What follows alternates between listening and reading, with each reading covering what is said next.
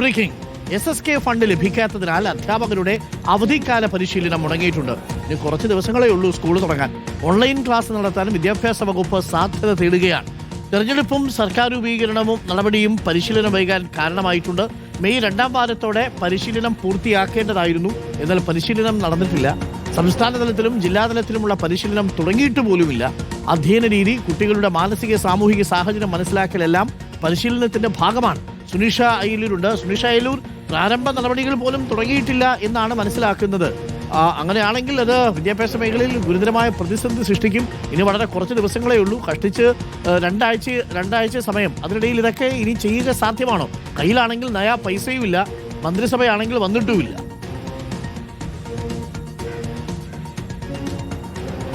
അതാണ് അരുൺ, പ്രധാനപ്പെട്ട പ്രശ്നമായി ഈ അധ്യാപകരും പറയുന്നത് അതാണ്. സാധാരണ രീതിയിൽ കഴിഞ്ഞ വർഷമായാലും അതിന് മുന്നേ ഒക്കെ ആയാലും ഈ സമയമാകുമ്പോഴേക്കും ഈ സംസ്ഥാന തലത്തിലും ജില്ലാ തലത്തിലുമുള്ള പരിശീലന പരിപാടികളെല്ലാം പൂർത്തിയാക്കാൻ കഴിയാറുണ്ട്. പക്ഷേ ഇപ്പോൾ കുറച്ചായി ഒന്നും നടന്നിട്ടില്ല എന്നുള്ളതാണ്. ആദ്യം പറഞ്ഞിരുന്നത് ഇലക്ഷൻ റിസൾട്ട് ഒക്കെ വരുന്നത് കൊണ്ട് കുറച്ച് നീട്ടുമെന്നുള്ളത് തന്നെയായിരുന്നു. പക്ഷേ ഇപ്പോൾ SSK ഫണ്ട് ലഭിക്കാത്തത് കൂടി ആയപ്പോൾ വലിയ തരത്തിലുള്ള പ്രതിസന്ധി തന്നെ നേരിടുന്നു എന്നുള്ളതാണ് ഏറ്റവും പ്രധാനപ്പെട്ട ഒരു വിഷയം.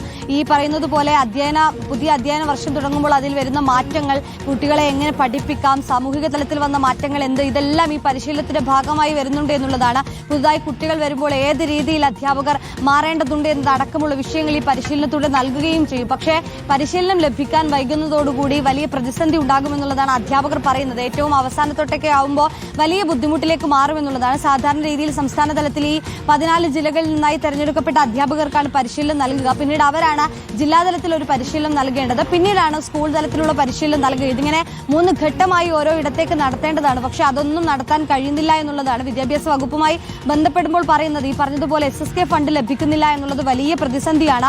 ഫണ്ടില്ലാത്തത് കൊണ്ട് തന്നെ ഓഫ്ലൈൻ ക്ലാസുകൾ നടത്തുന്നതിൽ മറ്റൊരു വലിയ പ്രശ്നം കൂടി നിലനിൽക്കുന്നുണ്ട്. അധ്യാപകരെല്ലാം ഒരു സ്ഥലത്ത് എത്തിച്ച് അവരുടെ ഈ ഒരു ദിവസത്തെ ക്ലാസ് ഒക്കെ നടത്തുമ്പോൾ അതിന് ചിലവ് ഏറും എന്നുള്ളതാണ്. അതുകൊണ്ട് തന്നെ വിദ്യാഭ്യാസ വകുപ്പ് പറയുന്നത് ഇനി ഓൺലൈൻ ആയെങ്കിലും ഈ പരിശീലന ക്ലാസ് നടത്താൻ കഴിയുമോ എന്നുള്ളത് ആലോചിക്കുന്നുണ്ട് എന്നുള്ളതാണ്. അധ്യാപക സംഘടനകളോടൊക്കെ പറയുമ്പോഴും അവർ പറയുന്നത് കൃത്യമായും ഈ പരിശീലന ക്ലാസ് വേണം. നമ്മൾ വിചാരിക്കും എന്തിനാണ് പരിശീലന ക്ലാസ് വേണമോ എന്നതൊക്കെ ഒരു ചോദ്യമായി ഉയരുന്നുണ്ടെങ്കിൽ ഈ പരിശീലന ക്ലാസ് വേണമെന്നുള്ളത് തന്നെയാണ്.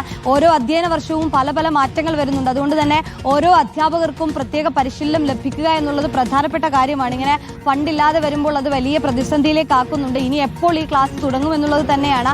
ഓൺലൈനായി എത്രയും പെട്ടെന്ന് ക്ലാസ് നടത്തേണ്ടതുണ്ട്, അല്ലെങ്കിൽ അതിനുള്ള സാഹചര്യം ഒരുക്കുമെന്നുള്ളത് വിദ്യാഭ്യാസ വകുപ്പ് പറയുന്നുണ്ട്. അങ്ങനെയെങ്കിൽ 3 ആഴ്ച കൊണ്ട് നടത്താൻ കഴിയുമെന്ന പ്രതീക്ഷ കൂടി ഈ സ്കൂൾ അധ്യാപകർ കൂടി പങ്കുവയ്ക്കുന്നു നിലവിൽ. Arun, okay, thank you. സുനിഷയാണ് വിവരങ്ങൾ നൽകിയത്.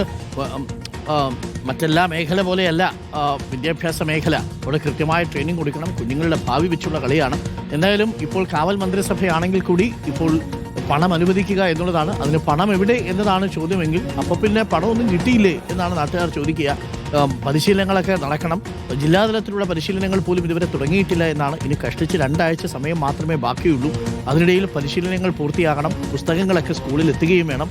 എല്ലാ കാര്യങ്ങൾക്കും ഒരു വേഗത വേണം. സർക്കാർ മാറി എന്ന് കരുതിയിട്ട് ഭരണം മാറും എന്ന് കരുതി ഉദ്യോഗസ്ഥർ മാറിയിട്ടില്ലല്ലോ. ഉദ്യോഗസ്ഥർ കുറച്ചുകൂടിയൊക്കെ ഒരു അവധാനത ഇക്കാര്യത്തിൽ വെച്ച്